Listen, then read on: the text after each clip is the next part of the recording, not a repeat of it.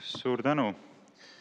No esiteks olgu öeldud, et see, mida me siin hetk tagasi nägime, viitab taas kord sellele, kui puudulikud on need parlamentaarse arutelu võimalused esimesel lugemisel. Ma küsin ühe küsimuse, minister ilmselt ei saa küsimusest aru või teeb nägu, et ei saa sellest aru, siis ma pean kasutama oma teist küsimust, teist 60 sekundit selleks, et korrata seda küsimust. Ta endiselt ei saa sellest aru või teeb nägu, et ei saa aru ega ei vasta sisuliselt ja ongi kõik. Et rohkem nagu midagi siis nagu siin esimesel lugemisel küsida ei saagi. Et see jätab sellise väga tühja tunde ausalt öeldes. Aga tuleme siis selle sama küsimuse juurde tagasi, millest sai hetk tagasi räägitud ja on teisigi olulisi aspekte, mis vääriksid siin tähelepanu, aga jällegi, kuna ka siin on aeg piiratud, siis vaatame seda ühte asja natukene konkreetsemalt. Ma küsisin selle kohta ministri käest, et miks on kohe eelnõu esimeses punktis sätestatud selline korraldus, et näete, teised andmete töötlejad, need, kes siis täitmisregistri kaudu päringuid teevad, peavad liidestama enda infosüsteemi tehnilise lahendusega, mis võimaldab kuvada isikule teavet tema kohta täitmisregistri kaudu tehtud päringute kohta, siis enne täitmisregistriga liitamist.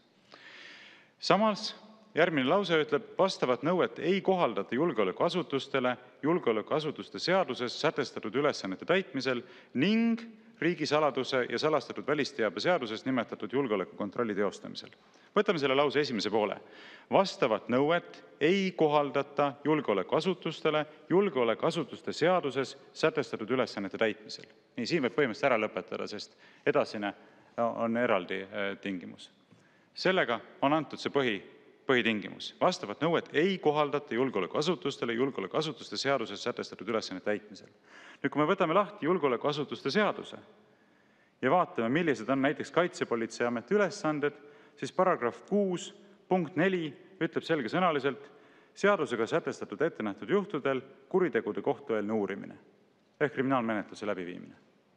Seadusega sätestatud juhtudel. Ehk siis kogu kriminaalmenetluse läbiviimisel on Kaitsepolitseiamet vabastatud vastava kohustuse täitmisest. Millest ma valesti aru saan? Kas keegi oskab öelda, kas ma saan millestki valesti aru? Ei saa ju valesti aru. Kaitsepolitseiamet täiesti totaalselt on vabastatud kriminaalmenetluse läbiviimisel samade kohustuste täitmisest, millega on seotud näiteks Politsei- ja Piirivalveamet, kui tema viib läbi kriminaalmenetlusi. Milleks selline eristus? Jällegi, kui nüüd keegi ütleb, et aga teatud juhul ju Kaitsepolitseiamet tegeleb väga tundlike asjadega, mis puudutavad riigisaladust ja nii edasi, arusaadav.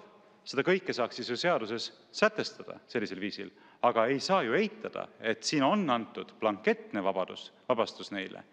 Ja et see blanketne vabastus, vähemalt minu parima arusaamise kohaselt, ei ole ratsionaalselt põhjendatud.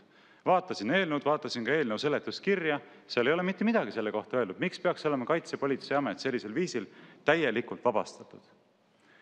Ja ma tõin ka eelnevalt ühe näiteks, et kui Kaitsepolitseiamet näiteks viib läbi Riigikogu liikmete suhtes, kuidas seda täpselt nimetatakse, kuidas see terminoloogiliselt korrektne asi on, seda julgeolekukontrolli, taustakontrolli.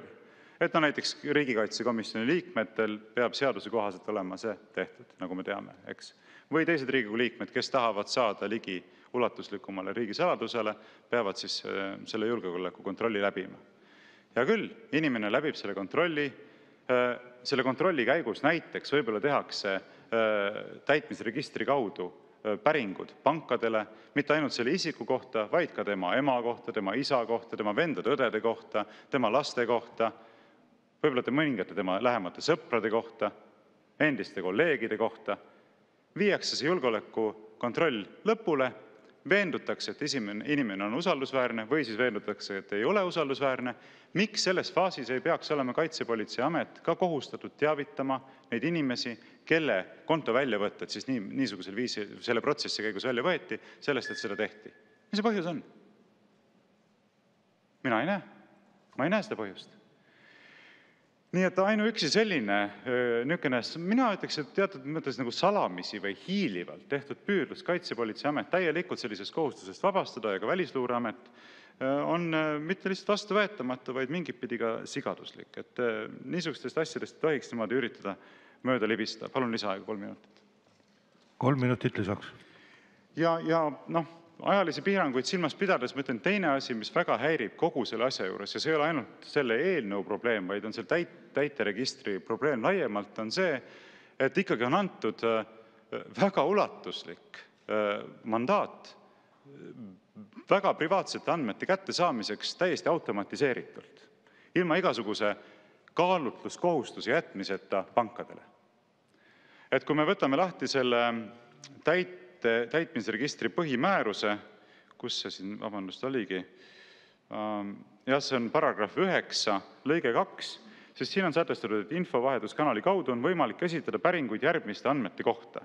Konto olemasolu, mitte väga detailne info, ei riiva minu privaatsust väga palju, kas mul on pangas konto või mitte, päritakse, eks. Aga edasi, konto saldo, palju on kontol vahendeid. Ja nüüd siit veel edasi, konto väljavõte. Ehk siis kõik tehingud.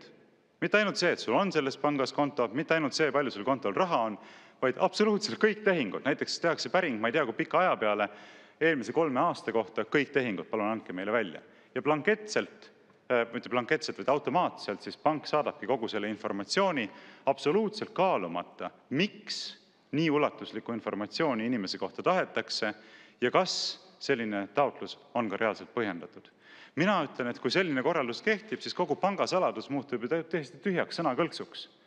See ring nendest institutsioonidest, kes omavad, või ametiasutustest, kes omavad siis võimalust seda infokanalit kasutada, on päris lai ja nad ei pea mitte midagi põhjendama sisuliselt. Lihtsalt saadetakse päring teele ja pank automaatselt annab selle info kõik välja. No mis pangasaladusest me sellises olukorras räägime? Nii et neid väga põhimõttelisi küsimusi, millele peaks silma vaatama, on siin terve rida. Ma unustasin praegu oma lauale selle õiguskantsleri pöördumise, ma ei saa seda selle tõttu ka tsiteerida, kus ta ütleb, et tegelikult see on üks olulistest punktidest. Et kui Riigikogu vaatab üle seda kehtivat õiguslikku regulatsiooni, siis tuleks süveneda ka küsimuse sellest, kas ikkagi on proportsionaalne see, et saab nõuda nii ulatuslikult inimese eraelu puutumatust riivava informatsiooni välja, ilma et oleks see kuidagi põhjendatud ja ilma et pankadel oleks kaalumiskohustus, muuhulgas siis võimalus öelda, et teate, meie arvates see päring ei ole põhjendatud ja sellises ulatuses meile teile seda informatsiooni panga saladuse säilitamise kohustusest lähtuvalt välja anda ei saa. Ja Riigikogu, ma võtan täiesti omaks selle vea, et ma hindasin hea kolleegi Varro Vooglaiu juriidilisi teadmisi üle. Ja ma tõesti ei tulnud selle peale, et ta asjadest niimoodi aru saab, nagu ta siin just hetk tagasi kirjeldas ja seetõttu ma nüüd selgitan teile ikkagi, kuidas Eestis seadusandlusega lood on. Nüüd kõigepealt on meil olemas Kaitsepolitseiameti seadus.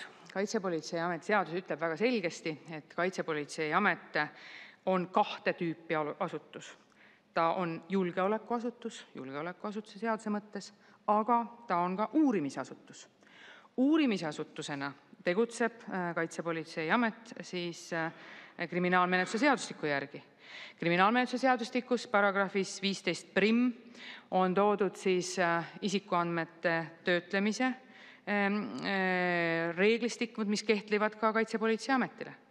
Igaks juhuks rõhutan üle, et Kaitsepolitseiametil on ka juba täna kehtiv kohustus siis osalisi teavitada uurimistoimingutest, mis on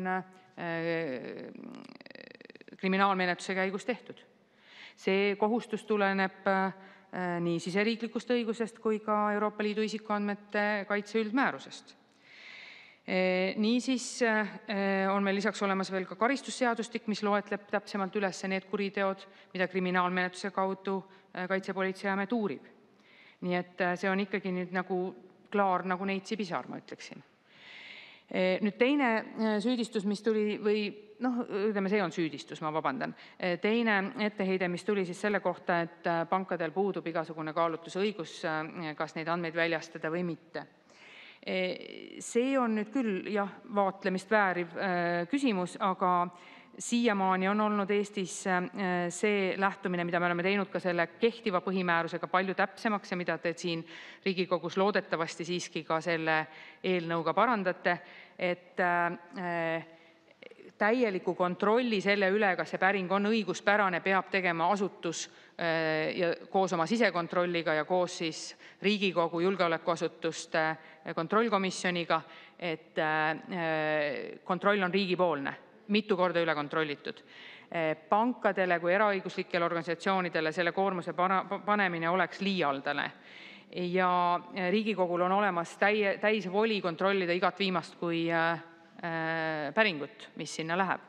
Et see on olnud mõistlik asjade korraldus siiamaani ja demokraatlikus riigis, mis soovib toetada ka ühtlasi ettevõtlust, ikkagi väga mõistlik ja asjakohane viis. Õiguskantsleri kriitika veel kord ei käi selle eelnõu kohta. Kui te kabinetti tagasi jõuate, oma kirja vaatate, see käib ühe teise eelnõu kohta, mitte selle eelnõu kohta. Nii et kui nüüd, ja lihtsalt kokkuvõttes, et kui sellele eelnõule te vastu hääletate, siis sellisel juhul oluliselt väheneb Eesti inimeste lihtne teadasaamine kõikidest päringutest, mis nende kohta on tehtud. See eelnõu muudab selle ju lihtsaks ja automatiseerituks, et inimesed saaksid kiiresti ja lihtsalt teada kõikidest päringutest, mis nende kohta on tehtud. Aitäh! Ja ma tahtsin lihtsalt siirast tänu avaldada ja oma imetlust selle suhtes, et meil on justiitsminister, kelle juriidilised teadmised on nii hiilgavad. Et meil on kõigil võimalus temalt õppida ja see on meile tõesti suur au ja privileeg. Aitäh! Aitäh!